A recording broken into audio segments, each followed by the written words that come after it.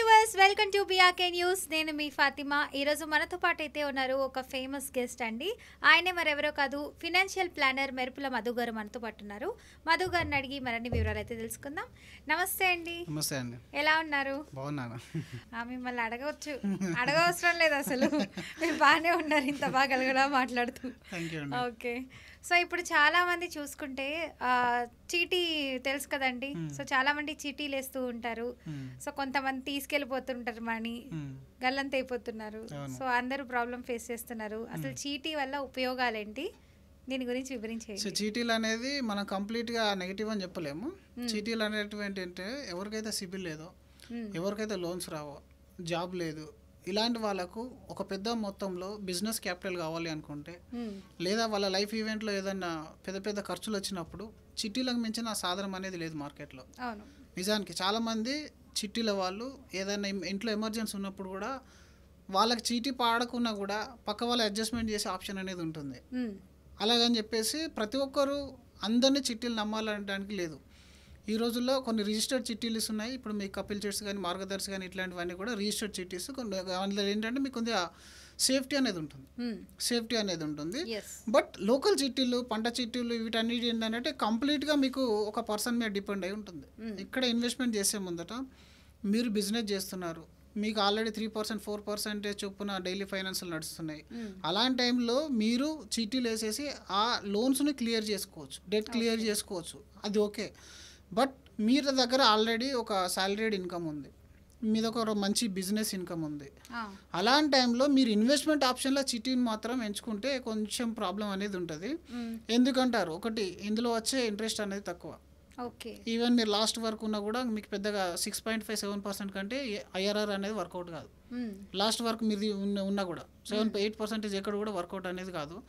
కాకపోతే ముందు తీసుకునే వాళ్ళకి కొంత రిలాక్సేషన్ అనేది ఉంటుంది, తొందరగా క్యాపిటల్ చేతికి వస్తుంది. పొదుపు అని కూడా కొన్ని కడుతూ ఉంటారు. చిట్టీలతో పొదుపు అని అంటే ఇప్పుడు ఆల్రెడీ నా దగ్గర కొంత అమౌంట్ ఉంది, నేను అటు ఇటు ఖర్చు చేసే కంటే చిట్టీలు వేయడం వల్ల కొంత ఆగుద్ది అంతే. అంటే మీకు డిసిప్లిన్ అలవాటు అవుతుంది అక్కడ.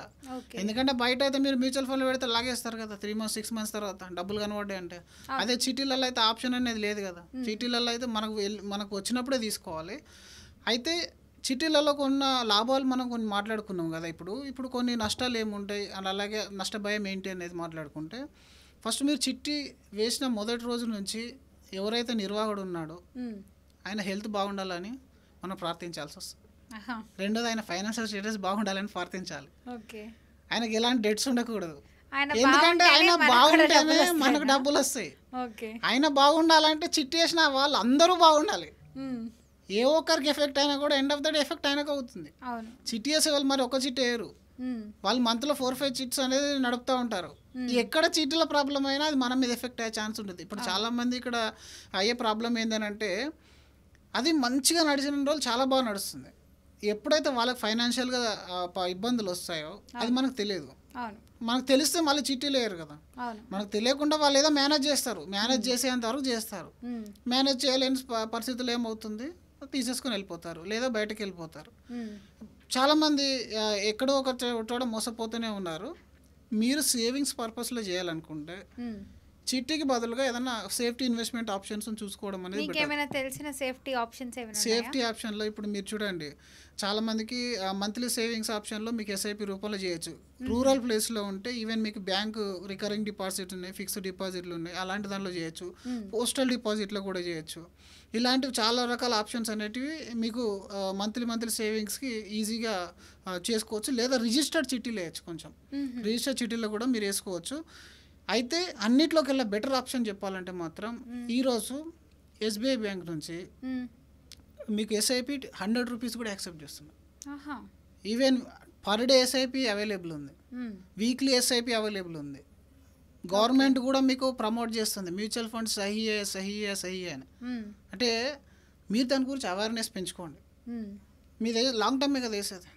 మీకు మీ దగ్గర 4-5 years ఉంది అని అంటే మ్యూచువల్ ఫండ్ ఈక్విటీ మార్కెట్ అనేది చాలా మంచి ఆప్షన్. ఎంత చిన్న వాళ్ళకైనా ఎంట్రీ బ్యారియర్ లేదు ఇందులో. 500 రూపీస్ పర్ మంత్ కూడా సేవ్ చేసుకోవచ్చు. ఇంకా అంతకన్నా బాగా ఏముంటుంది చెప్పండి. 500 రూపీస్ పర్ మంత్ మీ దగ్గర ఎంత వీలైతే అంత వేసేసుకోండి. అంతేగాని ఒక పర్సన్ మీద మొత్తం నెట్టేయద్దు. ఒక పర్సన్ మీద ఇప్పుడు చిట్టి వేయడం అంటే ఒక పర్సన్ మీద మన యొక్క కంప్లీట్ డిపెండెన్సీ అనేది ఉండిపోతుంది. అది మెయిన్ ప్రాబ్లం. ఓకే. సో దానితో పోలిస్తే వీటన్నిటి ఇప్పుడు మీరు మంత్లీ పోస్ట్ ఆఫీస్లో సేవింగ్ చేసుకోవడం కూడా ఒక మంచి option. Recurring deposit, fixed deposits కూడా మంచి ఆప్షనే ఉంటుంది. ఓకే. ఆడపిల్లల కోసం సేవ్ చేస్తే సుకన్య సమృద్ధి కూడా ఉంది. మీకు ఈక్విటీ ఇదంతా నాకు అర్థం కాదనుకుంటే సుకన్య సమృద్ధిలో మీరు సేవింగ్ అనేది చేసుకోవచ్చు. ఓకే. సో ఇట్లా డిఫరెంట్ ఆప్షన్స్ ఉన్నాయి. బట్ బెస్ట్ వే ఏంటంటే మీకు ఎప్పుడైనా బిజినెస్లో మీరు ఇన్వెస్ట్మెంట్ చేస్తే బిజినెస్ గ్రో అవుతే మీ మీ మీ ప్రమేయం లేకుండా ఒక బిజినెస్ నడుస్తుంది. అదొక మంచి విజన్తో నడిచే బిజినెస్లో ఇన్వెస్ట్మెంట్ అవుతుంది ఈక్విటీ అంటే. సో అలాంటప్పుడు ఇప్పుడు ఫర్ ఎగ్జాంపుల్ మీరు ఎంఆర్ఎఫ్ టైర్ చూడండి. ఎంఆర్ఎఫ్ టైర్ అనే కంపెనీ దాదాపు year on year branded company, year on year growth అనేది అద్భుతంగా నడుస్తుంది. అలాంటి కంపెనీస్ దాదాపు 100,000 కంపెనీలు మన ఇండియాలో ఉన్నాయి. సో మ్యూచువల్ ఫండ్ అని అంటే nothing but your buying A share in that company. ఆ కంపెనీలో మీరు షేర్ తీసుకుంటున్నారు. మీకు అందులో స్టాక్ మార్కెట్లో ఉంటే కొంచెం ప్రాబ్లం, అంటే మీకు ఆ కంపెనీ యొక్క ప్లస్లు మైనస్లు తెలియవు అండ్ నష్టాలు ఏంటో తెలియవు. కాబట్టి మీరు ఒక ప్రొఫెషనల్ దగ్గర మళ్ళీ మీ అమౌంట్ పెడుతున్నారు. Who is that professional? Fund manager, AMC, research team. వాళ్ళు క్వాలిటీ స్టాక్స్ కొంటారు, వాళ్ళు మేనేజ్ చేస్తారు. మనకు ఎలాంటి టెన్షన్ లేకుండా రిలాక్స్డ్గా ఉండొచ్చు. మళ్ళీ ఇందులో లిక్విడ్, మీకు అందులో చిట్టిలో కనీసం 24 months అట్లాంటి వెయిట్ చేస్తేనే లాస్ట్లో మంచి లాభం వస్తుంది. ఇక్కడ అలా కాదు. మీకు ఏదైనా ఎమర్జెన్సీ వస్తే even after 1 year 6 months any time you can withdraw. Okay. కాబట్టి ఇట్లాంటి ఆప్షన్ కూడా ఉంది. ఈరోజు మీరు ఒక 3,000 రూపాయలు ఎస్ఐపి కనుక మీ అబ్బాయి కోసం అమ్మాయి కోసం ఒక 20-25 years చేస్తే ఆల్మోస్ట్ 90 lakhs 95 lakhs అనేది వర్త్ క్రియేట్ చేసే ఆప్షన్ అనేది ఎస్ఐపిలోనే ఉంది. ఎందుకంటే ఇందులో పవర్ ఆఫ్ కాంపౌండింగ్ అవుతుంది. సో ఇట్లాంటి ఆప్షన్స్లో మీరు వెళ్ళచ్చు. లేదా నాకు ఈక్విటీ నాకు అర్థం కాదనుకుంటే అట్లీస్ట్ గవర్నమెంట్ స్పాన్సర్ చేసే స్కీమ్స్ కానీ బ్యాంక్ స్పాన్సర్ చేసే స్కీమ్లో కానీ వెళ్ళడం వల్ల మీ అవసరాలకు డబ్బు అందుతుంది. అవసరాలు డబ్బు ఎక్కువ లాకిన్ లేని దానిలో వెళ్ళండి. మరి లాకిన్ అనేది ఉండదు. 10-20 సంవత్సరాలు లాకిన్ ఉంటే మధ్యలో ఏ అవసరం వచ్చినా కష్టం అయిపోతుంది. బయట ఇలా చిట్టీలకు ఇస్తే సో కొంతమంది కడుతున్నారు, ఇంకొంతమంది కట్టకుండా తీసుకొని మనీ అంటే ఫరారైపోతున్నారు. సో మళ్ళీ వాళ్ళు సమస్యలకు గురవుతున్నారు. సో ఎన్ని పోలీస్ స్టేషన్ల చుట్టూ తిరుగున్నా సో వాళ్ళకి డబ్బులు మాత్రం రావట్లేదు. సో దానికంటే ఇలా మన గవర్నమెంట్ ఇచ్చిన విధంగా పోస్ట్ ఆఫీసెస్ కానీ ఎస్బీఐ బ్యాంక్స్ లేదంటే గ్రామీణ బ్యాంక్స్ ఇలాంటి రూరల్ ఉంటే వాటిల్లో సేవింగ్స్ చేసుకున్నా బెటర్ అండి. సేఫ్టీ ఉంటుంది. Okay. Thank you so much అండి, మంచి ఇన్ఫర్మేషన్ ఇచ్చారు. Thank you.